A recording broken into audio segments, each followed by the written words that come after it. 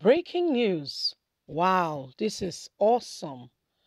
Dangote begins Peugeot assembling in Nigeria.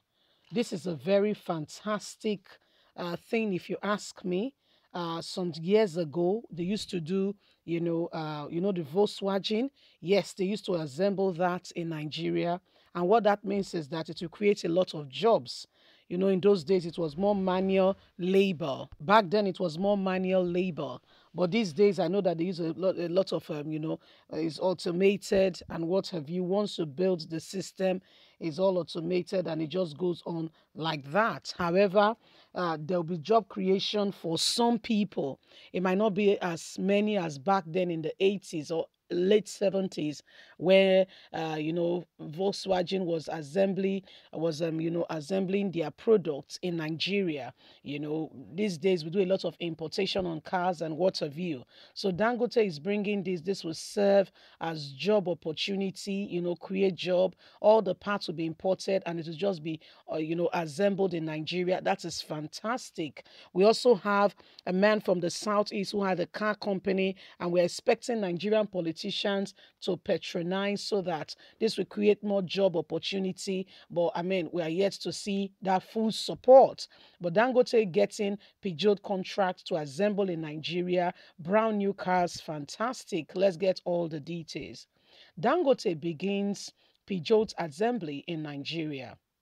Nigeria businessman Dangote Auto Company, Dangote Peugeot Automobiles Nigerian Limited, has started assembling vehicles in Nigeria. The DPAN will begin with the landmark 3008, 5008, and the new 508. This effort is coming 4 years after the joint owners Dangote Group received approval from the Nigerian regulators after previous expressing interest.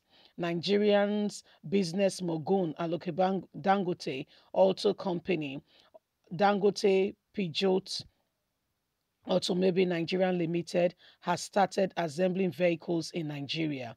The damping will begin with the Land Track 308, 508, and the new 508. This effort is coming after they have requested and gotten the approval from Nigeria regulators after previous expressing interest for in the former Peugeot plant, now known as Pan Nigeria Limited. Located in the northwest region of the country, the newly built greenfield assembly plant can assemble 120 cars per day across 2 shifts. The management further added that the vehicles to be introduced are expected to flaunt their outstanding outreaches of rich technological endowment and safety features to appeal to the customers and monitoring public. According to the Nigerian automaker, with the new greenfield assembly plant, a lot is being done by Japan to ensure visibility of the Peugeot brand and availability of spare parts to the new network, and the generation of Nigeria Japan will be encouraged by our technological partners to reposition the brand in short, medium, and long term as we ensure customer satisfaction and sustainability. The dream has started with the relaunch of the Peugeot brand in Nigeria, as well as the local assembly of the 301 at our new Kaduna plant, and thereafter the introduction to the Land Track 3008, 5008, and the new 508.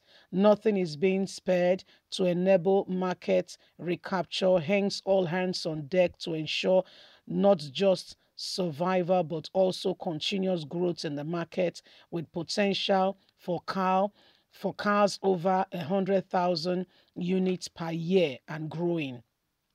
Denpan is jointly owned by African richest man Halaji Aloko Dangote, though through his collaboration with Dangote Industries Limited, Kaduna, Kebbi State Government, and a technological partner group and other Group and the parent company of Peugeot. So this is what is happening right now. Dangote is starting something, but is in the north. But guess what? This will create job opportunities for our brothers and sisters over there in the north. This is a good thing, and when good things happen, we celebrate them.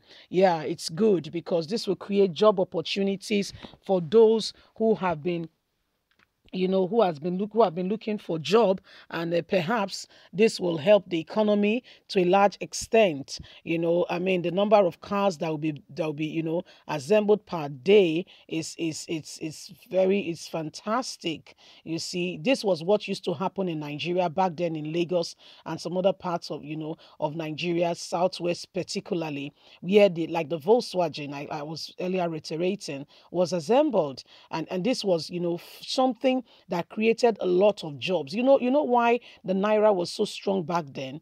Yeah, we had jobs.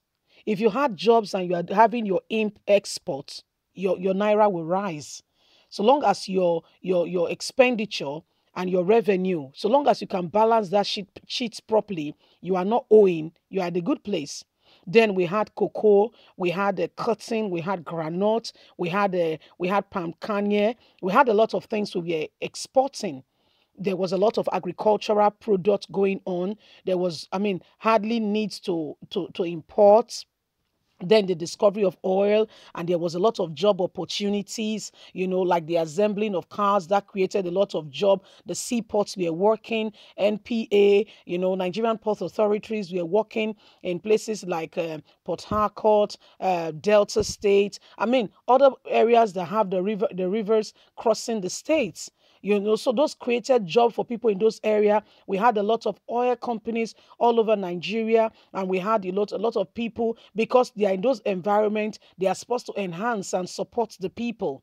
So they were creating, vocational and helping to, these were things that they were mandated to do, because I mean, this is their host companies. Although our government never managed it, and then the people came in and they saw money and they said, what? Who is managing this? And before you know it, along came the god of money, Mamo, and destroyed the whole thing.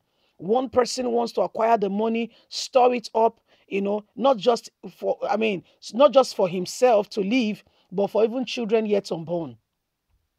And so, like the saying goes, things fall apart, and there was no way. Greed took over. Greed, oh, the spirit of greed.